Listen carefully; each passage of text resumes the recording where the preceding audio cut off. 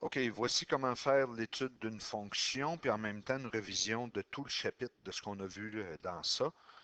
Nous, on a la forme canonique ici. Donc, la première chose, il faut la reconnaître. Moi, je voudrais trouver la forme générale de cette fonction-là. La forme générale, c'est ax2 plus bx plus c. On s'occupe du haut carré en premier. Ça va nous donner x2 moins 80x plus 1600. Le moins 2, j'y ai pas touché, je le garde. Le 100, j'y ai pas touché, je le garde.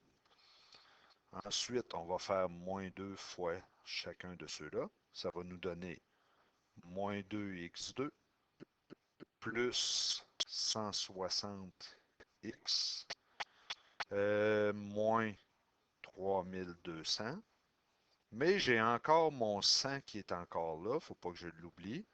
Fait que ma réponse finale, ça va être moins 2x2 plus 160x moins 3100. Je viens de trouver ma forme générale. Pourquoi il fallait que je trouve ma forme générale? C'était pour pouvoir répondre à ma deuxième question qui est ici.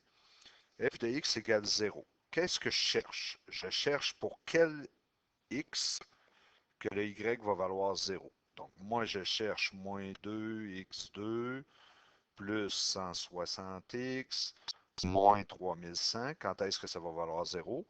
Ben, on fait moins b plus ou moins b2 moins 4ac sur 2a.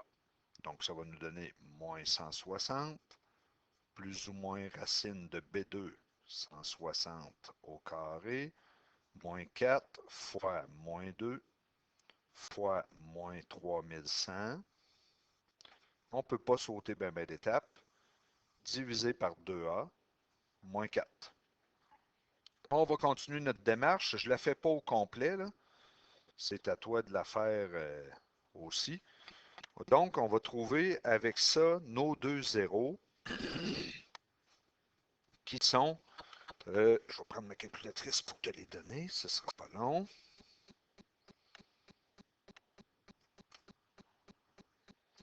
Qui sont 32,9.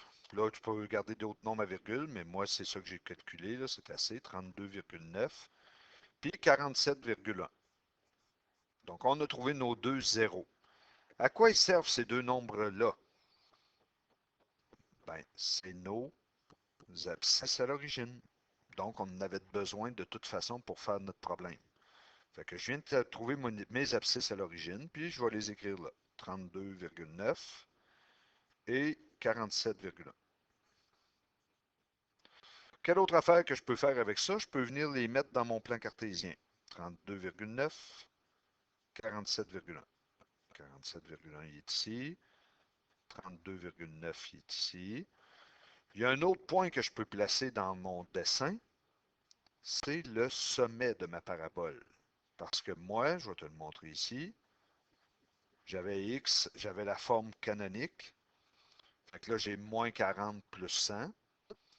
Ben, ça vient de me dire que mon sommet, c'est 40, 100. Fait que je m'en vais placer mon sommet à 40, 100. Je m'aperçois que ça descend comme ça descend comme ça. J'essaie de faire une belle parabole. Là, il y a un point ici qui est ici aussi, là. Ce point-là, c'est lequel? C'est mon ordonnée à l'origine. Fait que comment que ça se calcule, l'ordonnée à l'origine? Ben, c'est que x vaut 0, y vaut combien? Ben, on prend notre règle du départ, puis on remplace x par 0 dedans. Fait que ça va nous donner moins 2, parenthèse 0, moins 100, excuse, pas moins 100, mais moins 40 au carré, plus 100. On putonne sur notre calculatrice, ça nous donne moins 3100. Même quand le nombre te semble trop absurde, ça se peut que ce soit ça. Donc, moins 3100. Fait que j'écris moins 3100. À date, j'ai trouvé mon abscisse à l'origine, j'ai mes abscisses à l'origine, mon ordonnée à l'origine. Là, je peux commencer l'étude de ma fonction parce que j'ai toutes les données dans mon tableau, dans mon graphique pour le faire. Le domaine, ben, je m'aperçois que c'est les réels. Le codomaine, je m'aperçois que ça monte jusqu'à 100 ici. Donc, ça va faire de moins l'infini jusqu'à 100. Je mets mes crochets dans le bon sens. Le signe. Bon, ben, le signe, ça veut dire quand est-ce qu'elle est positive, quand est-ce qu'elle est négative. Ben, tu regardes ton dessin. Moi, je m'aperçois que d'ici à ici, en bleu, c'est positif, puis le reste du temps, c'est négatif. Ben, on va écrire 32,9, 47,1. On met nos crochets dans le bon sens. Puis le reste du temps, elle est négative, donc de moins l'infini jusqu'à 32,9. Union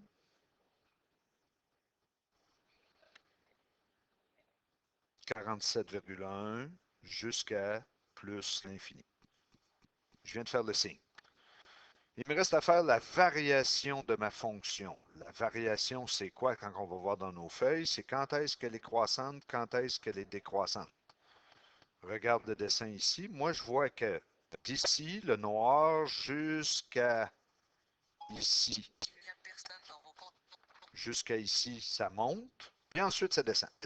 Bon, ben là, je vais le dire. C'est de moins l'infini jusqu'à 40 cette fois-ci. Puis le restant du temps, c'est de 40 jusqu'à plus l'infini. Le dernier qui me reste à faire, c'est les extrémums. Bon, ben moi, quand je regarde le dessin qui est là, je vois que ça monte jusqu'à 100. C'est un maximum. Donc, j'écris maximum 100. Et il n'y a aucun minimum. Ben, je l'écris pareil. Donc, j'écris minimum qu'il n'y en a aucun. Peu importe la forme, c'est la même démarche. Donc, tu dois trouver tes points dans ton dessin. Une fois que tu as tes points et que ton dessin est fait, tu es capable de faire l'étude de ta fonction.